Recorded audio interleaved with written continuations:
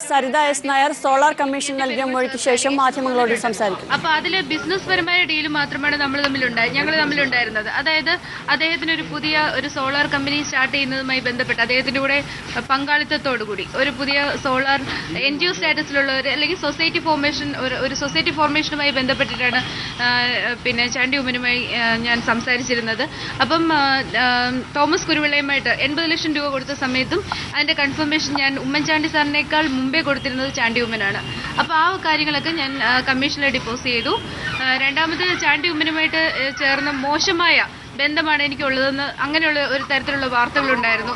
അതിൻ്റെ നിജസ്ഥിതിയും ഞാൻ പിന്നെ നമ്മളുടെ കമ്മീഷൻ മുമ്പാകെ ഞാൻ പറഞ്ഞിട്ടുണ്ട്. എനിക്ക് അങ്ങനെയൊരു ബന്ധമായിരുന്നില്ല. അങ്ങനെയുള്ള ആരോപണം ശരിക്കും പറഞ്ഞാൽ മറ്റൊരു വ്യക്തിയുമായിട്ടാണ് എന്നാണ് എൻ്റെ അറിവ് എന്നാണ് ഞാൻ അവിടെ പറഞ്ഞിട്ടുള്ളത്. പിന്നെ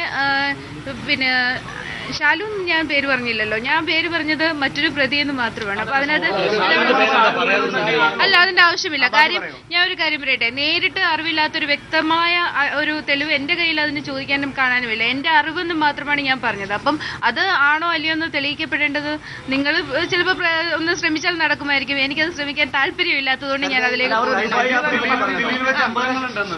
എന്താണ് ഏതോ ഒരു ദുബായ് യാത്ര അവർ രണ്ടുപേരും കൂടെ ഒരുമിച്ച് നടത്തിയ ഒരു ദുബായ് യാത്രയുടെ ചിത്രങ്ങളും വീഡിയോസും അത് അവരുടെ സ്വകാര്യ ശേഖരങ്ങളിൽ നിന്ന് പിന്നെ ആ പ്രതിയെ അറസ്റ്റ് ചെയ്ത സമയത്ത് കിട്ടിയതാണ്. അത് അന്നത്തെ ഹോം മിനിസ്റ്ററുടെ കയ്യിലുണ്ടെന്നാണ് എനിക്ക് കിട്ടിയ അറിവ്. റിലയബിൾ സോഴ്സിൽ നിന്ന് കിട്ടിയ അറിവായതുകൊണ്ട്, എന്നാൽ അതിന് എനിക്ക് എവിഡൻസ് ഇല്ലാത്തതുകൊണ്ടും ഞാനല്ല എന്ന് ബോധിപ്പിക്കുക മാത്രമാണ് ഞാൻ ചെയ്തിട്ടുള്ളത്. ആ കഥയിലെ നായിക ഞാനല്ല. എനിക്ക് കിട്ടിയ ഇൻഫർമേഷൻ ഞാൻ ഒരു കാര്യം ഞാൻ തുറന്നു പറയാം. ഇപ്പൊ ഇവിടെ രാവിലെ വന്നപ്പോൾ ഏത് ചാനലാണെന്ന് എനിക്ക് ഓർമ്മയില്ല, ഒരാൾ എന്നോട് ചോദിച്ചു ഐ ഗ്രൂപ്പുകാരെ വിട്ടാണോ എന്ന്. ഞാൻ ശരിക്കും പറഞ്ഞാൽ ഗ്രൂപ്പ് എന്ന് പറഞ്ഞ ഒരു സ്ട്രാറ്റജിയിലല്ല ഞാൻ തുടങ്ങിയത്. ഞാൻ ഏറ്റവും കൂടുതൽ ഈ പറഞ്ഞ സോളാർ പദ്ധതിയുമായി ബന്ധപ്പെട്ട് പിന്നെ സംസാരിച്ചിട്ടുള്ളതും ഇടപെട്ടിട്ടുള്ളതും സാമ്പത്തികമായ ഇടപാടുകൾ ഉണ്ടായിട്ടുള്ളതും നിർഭാഗ്യവശാൽ എ ഗ്രൂപ്പിൽപ്പെട്ട ഉമ്മൻചാണ്ടി സാറിനോടും പിന്നെ അരയുടെ മുഹമ്മദ് സാറിനോടും. അപ്പൊ അത് പിന്നെ ഒഴിവാക്കിക്കൊണ്ട് എനിക്ക് അടുത്ത തലത്തിലോട്ട് കടക്കാൻ പറ്റില്ല. അപ്പം ഈ കേസുമായി ബന്ധപ്പെട്ട് എനിക്ക് വന്നിട്ടുള്ള ഡാമേജസിൽ ഏറ്റവും കൂടിയ പങ്ക് അവരിൽ നിന്നായതുകൊണ്ട് ഫസ്റ്റ് ഞാൻ അവിടെ സ്റ്റാർട്ട് ചെയ്തു എന്നുള്ളതേ ഉള്ളൂ. അപ്പം മറ്റുള്ള കാര്യങ്ങൾ ഒഴിവാക്കുക അല്ലെങ്കിൽ മറ്റുള്ളവരെ ഒഴിവാക്കി അങ്ങനെ ഒരു കാര്യമല്ല. ഞാൻ ഓരോരോ തലങ്ങളിലേക്ക് കടന്നു വന്ന് സംസാരിച്ചുകൊണ്ടിരിക്കുകയാണ്. അപ്പൊ അത് നോർമൽ രീതിയിൽ പോകാൻ വിടുക എന്ന് മാത്രമേ ഉള്ളൂ. ഒരു യൂത്ത് കോൺഗ്രസ് അല്ല, ഒരു കോൺഗ്രസ് നേതാവെന്ന് മാത്രമേ ഉള്ളൂ. അയാളുടെ ഗ്രൂപ്പ് എന്നോട് ചോദിക്കരുത്, ദയവ് ചെയ്ത് അതിലേക്ക് വിടരുത്.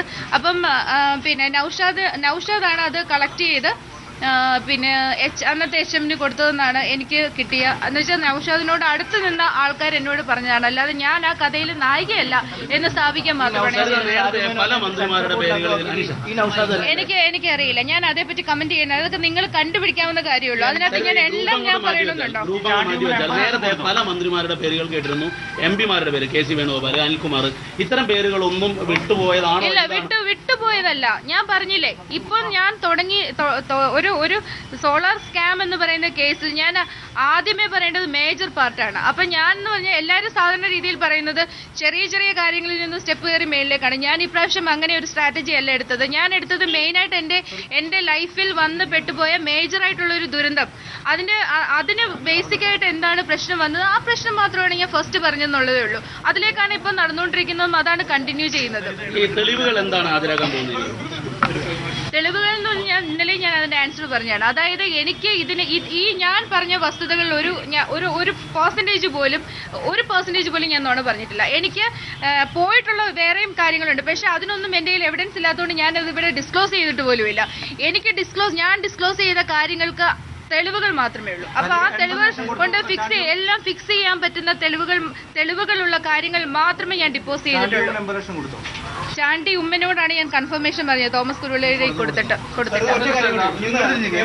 ആരോപണം വന്നിരിക്കുന്നത് CPM നേതാവ് EP ജയരാജൻ സരിതയ്ക്ക് പൈസ തന്നു, ആ പൈസ വാങ്ങിയിട്ടാണ് ഇപ്പൊ ഇങ്ങനെ.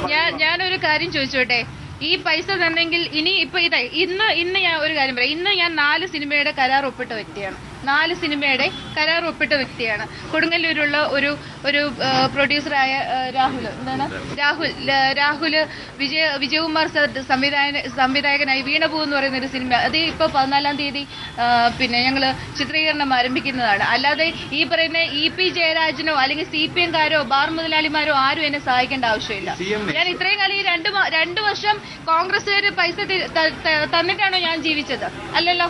അപ്പൊ പിന്നെ ഈ കമ്മ്യൂണിസ്റ്റുകാരുടെ പൈസ എനിക്കെന്തിനാ? കമ്മ്യൂണിസ്റ്റുകാർ എന്നും എന്നെ ശത്രുപാളയത്തിൽ മാത്രം നിർത്തിയ ഒരു പാർട്ടിയാണ്. അപ്പൊ ഞാൻ അവരുടെ സപ്പോർട്ട് വാങ്ങിക്കേണ്ട ആവശ്യമില്ല. CM നടത്തിയ ശുപാർശ എന്ന് പറഞ്ഞാൽ നിങ്ങൾക്കറിയാമായിരിക്കും, പത്തനംതിട്ട കോടതിയിൽ എനിക്ക് ശിക്ഷ കിട്ടിയ ഒരു കേസുണ്ട്. അതിലെ വാദിയായ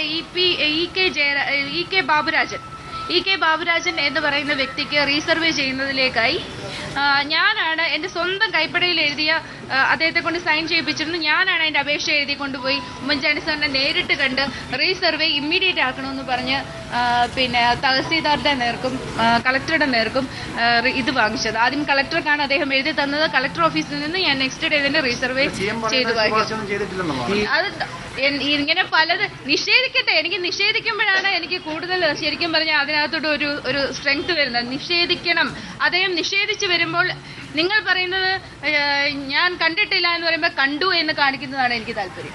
ഇപ്പൊ ഇല്ല എന്ന് പറയുമ്പോൾ അത് ഉണ്ടെന്ന് കാണിക്കുന്നതാണ് എനിക്കിപ്പോ താല്പര്യം. തീർച്ചയായിട്ടും ഞാനൊരു കാര്യം പറയാം. പേരുകൾ എണ്ണി അങ്ങനെ ഒരു എന്താ പറയാ ഒരു ഷൂട്ടിംഗ് അങ്ങനെയുള്ള സംഭവമൊന്നുമല്ല ഇതിനകത്ത് ഞാൻ ഉദ്ദേശിക്കുന്നതെന്ന് പറഞ്ഞാൽ സ്കോളർ സ്കാം ഇതുവരെ സത്യം പറഞ്ഞാൽ നിങ്ങൾ പോലും എന്താണ് യഥാർത്ഥത്തിൽ ഇതിനകത്ത് നടന്നതെന്ന് ശ്രദ്ധിക്കാൻ മെനക്കെട്ടില്ല. ഞാൻ ആരും മാധ്യമപ്രവർത്തകരെ കുറ്റം പറയുകയല്ല. അതെന്ന് പറഞ്ഞാൽ അതിനുള്ള സോഴ്സസ് നിങ്ങൾക്ക് കിട്ടിയില്ല. നിങ്ങൾക്ക് കിട്ടുന്നത് മൊത്തം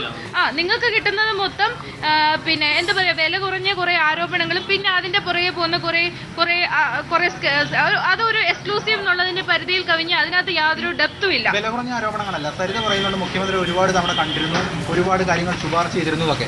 ഇതൊക്കെ നിഷേധിക്കുകയാണ് മുഖ്യമന്ത്രിയും മറ്റ് മന്ത്രിമാരടക്കമുള്ള. സമർത്ഥിക്കാൻ വേണ്ടിയുള്ള എന്ത് തെളിവുകളാണ് സരിത? ആ കാര്യത്തിൽ നിങ്ങൾ നാളെ ഉച്ചവരെ ഒന്ന് വെയിറ്റ് ചെയ്യുക. കാര്യം എന്ന് പറഞ്ഞാൽ ഇന്ന് എനിക്ക് ഒരു സ്വകാര്യ ആവശ്യമാണ്. നമ്മൾ കമ്മീഷനിൽ നിന്ന് പോലും റിലീവ് ചെയ്ത് സ്പീഡിൽ പോകുന്നുണ്ട്. പിന്നെ അതൊരു വലിയൊരു പ്രത്യാഘാതം. മുഖ്യമന്ത്രിയുടെ ആൾക്കാർ ഈ സംഭവങ്ങൾ സത്യങ്ങൾ സരിത വിളിച്ചു പറഞ്ഞു തുടങ്ങിയതിനു ശേഷം മുഖ്യമന്ത്രിയുടെ ആൾക്കാർ സരിതയെ ബന്ധപ്പെടുകയോ ഏതെങ്കിലും രീതിയിൽ കമ്മ്യൂണിക്കേഷൻ ഉണ്ടായോ? ഞാനൊരു കാര്യം പറയട്ടെ. ഇതുവരെ ഞാൻ ആ 2 ഫോണും വല്ലപ്പോഴുമാണ് ഓൺ ചെയ്യുന്നത്. നിങ്ങൾ വിളിച്ചു നോക്കിയാലും അറിയാം ഞാൻ ആ ഫോൺ അറ്റൻഡ് ചെയ്യാറില്ല. പിന്നെ മറ്റുള്ളവരുടെ ഫോണിൽ പലരും വിളിക്കുന്നുണ്ട്. അതിനെപ്പറ്റി ഞാൻ ഡിസ്കസ് ചെയ്യുന്നത് വിനുവിന്റെ ഫോണിലേക്ക് ധാരാളം പേർ വിളിക്കുന്നുണ്ട്. ഇല്ല ഞാൻ ആ നമ്പർ കണ്ടില്ല. ഒരു കാര്യം ചോദിച്ചിട്ട്, ഈ സ്റ്റാർഫ്ലെക്സ് എന്ന കമ്പനിക്ക് മുഖ്യമന്ത്രിയുടെ ബന്ധുക്കളാണ്. ഈ സ്റ്റാർഫ്ലെക്സ് എന്ന കമ്പനിയിൽ ആൻഡ്രൂസ് മുഖ്യമന്ത്രിയുടെ ബന്ധുവല്ലേ? റിലേഷൻ ആണെന്നാണ് എനിക്ക് കിട്ടിയ ഇൻഫർമേഷൻ. എത്ര റിലയബിൾ ആണെന്ന് അറിയില്ല. ഇതില് അംഗമാണോ ഈ കുര്യൻ ഉതുപ്പ് വിസ തട്ടിപ്പ് നേഴ്സിംഗ് റിക്രൂട്ട്മെന്റ് കേസിലെ പ്രതിയായ? അതില് ഷെയർ ഉണ്ടെന്ന് അറിയാം. റിലേഷൻ ഉണ്ടോ ഈ പറയുന്ന ഉമ്മൻചാണ്ടി സാറുമായിട്ട് റിലേഷൻ ഉണ്ടോന്നൊന്നും എനിക്കറിയില്ല. പക്ഷേ ഷെയർ ഉണ്ടെന്ന് അറിയാം. സർക്കാരിനെ മുൾമുനയിൽ അറിയില്ല. സരിതയ്ക്കെതിരെ ഇന്ന് GP ഇപ്പോൾ കോടതിയിൽ പറഞ്ഞത് സർക്കാരിനെ മുൾമുനയിൽ നിർത്തുകയാണ്. ഓരോ ഘട്ടമായി കുറച്ച് കാര്യങ്ങൾ പറഞ്ഞ് മുൾമുനയിൽ നിർത്താൻ അനുവദിക്കാൻ പറ്റില്ല. ഇതിനോടുള്ള പ്രതികരണം? ഞാനൊരു കാര്യം ചോദിച്ചോട്ടെ. ഞാൻ സോളാർ കമ്മീഷനിൽ ഒരു സാക്ഷി മാത്രമാണ്. എന്റെ ഭാഗം പറയാനാണ് ബഹുമാനപ്പെട്ട കമ്മീഷൻ എന്നെ വിളിച്ചു വരുത്തിയിരിക്കുന്നത്. അപ്പൊ ഞാൻ അവിടെ എന്തെങ്കിലും പറയുന്നതിന് സർക്കാർ എന്തിനാണ് മുൾമുനയിൽ നിൽക്കുന്നത്? ഭയക്കാനില്ലാത്തവർ മുൾമുനയിൽ നിൽക്കുമോ? അപ്പൊ എനിക്കെതിരെ വരുന്ന ആരോപണങ്ങൾ വ്യാജമാണ്, ഇതുകൊണ്ട് ഒന്നും ചെയ്യാനില്ലെങ്കിൽ നമ്മൾ നെഞ്ചു പിരിച്ചു പോവുകയുള്ളൂ. അതുകൊണ്ട് ഇത് മുൾമുനയാണെന്ന് പറയുന്നവർ തന്നെ അതിന് മറുപടി പറയട്ടെ.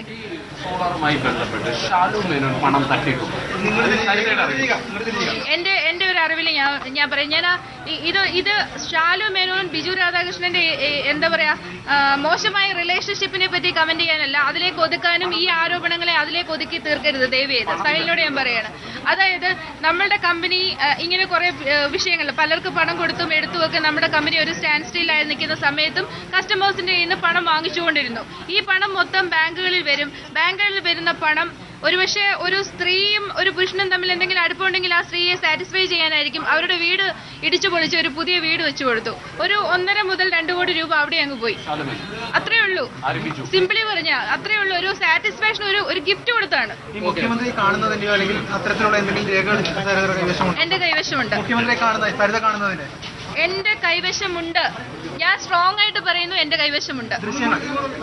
Digital and physical and materialise ചെയ്യാനുള്ള എല്ലാ എവിഡൻസും ഇല്ല എവിഡൻസ് ടൈമിൽ കൊടുക്കുകയുള്ളൂ. വിജിലൻസ് കോടതിയുടെ കേസിന്റെ അന്വേഷണം വിജിലൻസ് കോടതിയുടെ കേസിന്റെ അന്വേഷണം എന്താണെന്ന് അറിയട്ടെ. അതിനുശേഷം ഞാൻ ആ കാര്യത്തിൽ